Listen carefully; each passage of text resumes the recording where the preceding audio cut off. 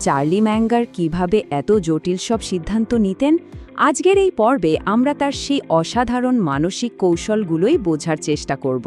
আর শুধু তাই না, সেগুলোকে আজকের দিনের একটা গুরুত্বপূর্ণ ফিনান্সিয়াল কনসেপ্টের ওপর প্রয়োগ করেও দেখব। তো এই আলোচনায় আমরা মোট 6টা ধাপে এগোব। প্রথমে আমরা দেখব মানুষের ভুল সিদ্ধান্তের পেছনের মনস্তত্ত্বটা কী। তারপর আমরা মাঙ্গারের সাথে পরিচিত হব, জানব তার চিন্তার টুলকিট সম্পর্কে। এরপর একটা লিভারেজ টেস্ট কেস দেখব, সেখানে মাঙ্গারের জ্ঞান প্রয়োগ করব। আর সব শেষে কিভাবে নিজের জন্য এমন একটা চিন্তার কাঠামো তৈরি করা যায় সেটাও শিখব। আমাদের প্রথম অংশ, ভুল বিচারের মনস্তত্ত্ব। আচ্ছা, পুরো ব্যাপারটা শুরুই হয় একটা খুব সাধারণ কিন্তু গভীর সমস্যা থেকে, যে সমস্যাটা চার্লি মাঙ্গারকে সারা জীবন ভাবিয়েছে। প্রশ্নটা হলো, কেন এত বুদ্ধিমান মানুষেরা মাঝে মাঝে এত ভয়ঙ্কর ভুল সিদ্ধান্ত নিয়ে বসে? এটাই আমাদের আজকের আলোচনার মূল কেন্দ্রবিন্দু। কারণ এই যে অযৌক্তিক আচরণ, এটা শুধু অন্যদের মধ্যে না, আমাদের সবার মধ্যেই কিন্তু লুকিয়ে আছে। দেখুন, মাঙ্গার নিজেই এটা স্বীকার করেছেন। উনি বলেছেন যে একটা সময়ে উনি নিজের চারপাশে চরম অযৌক্তিকতা দেখতে পাচ্ছিলেন। আর ঠিক তখনই উনি বুঝতে পারেন যে এই দুনিয়াতে ভালোভাবে টিকে থাকতে হলে একটা উন্নত মানসিক কাঠামোর কোনো বিকল্প নেই। তো কে এই মানুষটা যিনি এই ভুল সিদ্ধান্তের সমস্যার একটা সমাধান বের করার চেষ্টা করলেন? চলুন পরিচিত হওয়া যাক বার্কশায়ারের সেই আসল স্থপতির সাথে। ইনি হলেন চার্লি মাঙ্গার। ওয়ারেন বাফেটের ডানহাত বলা হলেও আসলে বার্কশায়ার হ্যাথাওয়ের ভাইস চেয়ারম্যান হিসেবে উনি ছিলেন পর্দার আড়ালের মূল চালিকা শক্তি।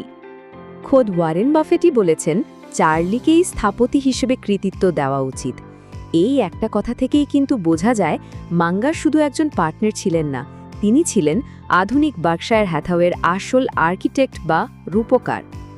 ওনার জীবনটাও কিন্তু বেশ অন্যরকম। গণিত দিয়ে শুরু, তারপর আবহাওয়াবিদ্যা, এরপর আবার আইন। মাঙ্গারের পথ চলাটাই ছিল অসাধারণ। উনি আসলে বিভিন্ন জগৎ থেকে জ্ঞান সংগ্রহ করেছেন, আর এটাই তাকে যে কোনো সমস্যাকে নানা অ্যাঙ্গেল থেকে দেখার একটা বিরল ক্ষমতা দিয়েছিল। আচ্ছা, তাহলে মাঙ্গারের সেই বিশেষ চিন্তার পদ্ধতিটা আসলে কি? চলুন এবার তার দর্শনের গভীরে একটু ঢোকা যাক। মাঙ্গারের সবচেয়ে বিখ্যাত ধারণাটা হলো মেন্টাল মডেলের ল্যাটিস ওয়ার্ক বা মানসিক মডেলের চালিকা। ব্যাপারটা একটু সহজ করে ভাবা যাক। ধরুন আপনার মস্তিষ্কে ফিজিক্স, বায়োলজি, সাইকোলজি, ইকোনমিক্স এই সব বিষয়ের বড় বড় আইডিয়াগুলো একটা জালের মতো করে বোনা আছে। তাহলে কি হবে? যে কোনো সমস্যার সামনে এলে আপনি শুধু একদিক থেকে না, অনেক দিক থেকে ভাবতে পারবেন এবং আরও ভালো সমাধান বের করতে পারবেন। চলুন মাঙ্গারের এই টুল বক্স থেকে একটা খুব শক্তিশালী মডেল বের করে দেখি। এর নাম ইনসেন্টিভ কজড বায়াস বা প্রণোদনা সৃষ্ট পক্ষপাতিত্ব। সোজা কথায়, যখন কোনো পুরস্কার বা সুবিধার লোভ আমাদের বিচার বুদ্ধিকে এমনভাবে প্রভাবিত করে যে আমরা ভুল জিনিসটাকেও সঠিক বলে ভাবতে শুরু করি। বেন ফ্র্যাঙ্কলিনের এই কথাটা মাঙ্গার প্রায়ই বলতেন, কাউকে রাজি করাতে চাইলে তার স্বার্থের কাছে আবেদন করো, যুক্তির কাছে নয়। এটাই কিন্তু ইনসেন্টিভ কজড বায়াসের একেবারে মূল কথা। টাকা বা সুবিধার লোভ প্রায় সময়ই কিন্তু যুক্তির চেয়ে অনেক বেশি শক্তিশালী হয়ে দাঁড়ায়। এখানে দুটো ক্লাসিক উদাহরণ দেখুন। জেরক্সের সেলসম্যানরা পুরনো খারাপ মেশিনগুলো বেশি বিক্রি করত। কেন? কারণ ওটাতেই কমিশন বেশি ছিল, আর তারা নিজেদের মনকে বোঝাতো যে তারা আসলে গ্রাহকদের সাহায্যই করছে। আবার আর একটা ঘটনায় একজন সার্জন যত বেশি গলব্লাডার অপারেশন করতেন তত বেশি টাকা পেতেন, আর এর ফলে একটা সময় তিনি সত্যিই বিশ্বাস করতে শুরু করলেন যে প্রায় সবারই গলব্লাডার ফেলে দেওয়া দরকার। মানে প্রণোদনাটা তাদের চিন্তাভাবনাকেই পুরোপুরি বদলে দিয়েছিল। তো মাঙ্গারের এই শক্তিশালী তত্ত্বগুলো তো জানলাম, এবার এটাকে বাস্তবে প্রয়োগ করার সময়। চলুন আজকের দিনের একটা খুব জনপ্রিয় কিন্তু ঝুঁকিপূর্ণ ফিনান্সিয়াল স্ট্র্যাটেজি ওয়েলথ লেন্ডিংয়ের ওপর মাঙ্গারের লেন্সটা ফেলে দেখা যাক। ওয়েলথ লেন্ডিং জিনিসটা কি?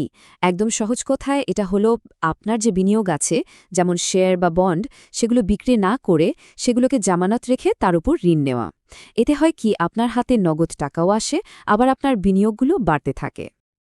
এর মূল উদ্দেশ্যই হল আপনার কারেন্ট অ্যাসেটকে কাজে লাগিয়ে নতুন কোনো সুযোগের জন্য টাকা জোগাড় করা। যেমন ধরুন নতুন কোনো ব্যবসায় বিনিয়োগ করা বা অন্য কোনো লাভজনক অ্যাসেট কেনা। এর আসল আকর্ষণটা কোথায়, তাই না? দেখুন, বাম দিকে লিভারেজ ছাড়া লাভটা একটা নির্দিষ্ট সীমার মধ্যে, কিন্তু ডান দিকে ঋণ নেওয়া টাকা বা লিভারেজ ব্যবহার করে বিনিয়োগের শক্তিটা অনেকখানি বাড়িয়ে তোলা যায়। এটা অনেকটা রকেটের মতো, আপনার রিটার্নকে আকাশে তুলে দিতে পারে। কিন্তু এত আকর্ষণীয় একটা প্রস্তাব দেখলে চার্লি মাঙ্গার কি বলতেন? চলুন এবার তার মেন্টাল মডেলগুলো ব্যবহার করে ওয়েলথ ল্যান্ডিংয়ের আড়ালে লুকিয়ে থাকা ঝুঁকিগুলো খুঁজে বের করা যাক। প্রথমত, লিভারেজ যেমন লাভকে বহুগুণ বাড়িয়ে দেয়, তেমনি লোকসানকেও কিন্তু বহুগুণ বাড়িয়ে দেয়। দ্বিতীয়ত, আর এটাই সবচেয়ে ভয়ের, যদি কোনো কারণে শেয়ারবাজারে পতন হয়, তাহলে আপনার জামানতের মূল্য কমে যাবে। তখন আপনাকে হঠাৎ করে ঋণ শোধ করতে বলা হতে পারে, যেটাকে মার্জিন কল বলে।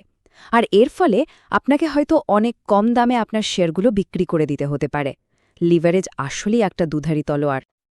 কিন্তু আসল বিপদটা তখনই আসে যখন অনেকগুলো সমস্যা একসাথে মিলেমিশে কাজ করে। মাঙ্গার এটার একটা মজার নাম দিয়েছিলেন, লালাপাল্লুজা ইফেক্ট। ভাবুন তো, এটা একটা পারফেক্ট স্টর্মের মতো, যেখানে অনেকগুলো ছোট ছোট মানসিক ভুল বা ঝুঁকি একসাথে মিলে একটা বিশাল বিপর্যয় তৈরি করে। এবার ওয়েলথ ল্যান্ডিংয়ের ব্যাপারটা ভাবুন। একদিকে বাজারের আকস্মিক পতনের ভয়, আরেকদিকে লিভারেজের কারণে বিশাল লোকসানের ঝুঁকি, আর তার সাথে যদি যোগ হয় আপনার অ্যাডভাইজারের নিজের লাভের জন্য আপনাকে আরও বেশি ঋণ নিতে উৎসাহিত করা, এই সব কিছু মিলে একটা ভয়ঙ্কর লালাপালুজা এফেক্ট তৈরি হতে পারে। আর তার ফল কি? সব কিছু হারানোর ঝুঁকি। তাহলে এই পুরো আলোচনা থেকে আমরা কি শিখতে পারি?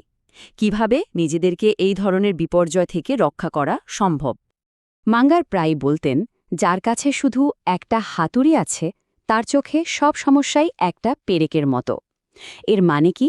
এর মানে হলো, যদি আমরা শুধু একটা দৃষ্টিকোণ থেকে একটা টুল দিয়ে সবকিছু বিচার করি, তাহলে আমরা অনেক বড় ভুল করতে পারি। তাই শেষ করার আগে আসুন সবাই নিজেকে এই প্রশ্নটা করি, আমাদের নিজেদের চিন্তাভাবনার মধ্যে সবচেয়ে বিপজ্জনক একক হাতুড়ি কোনটা?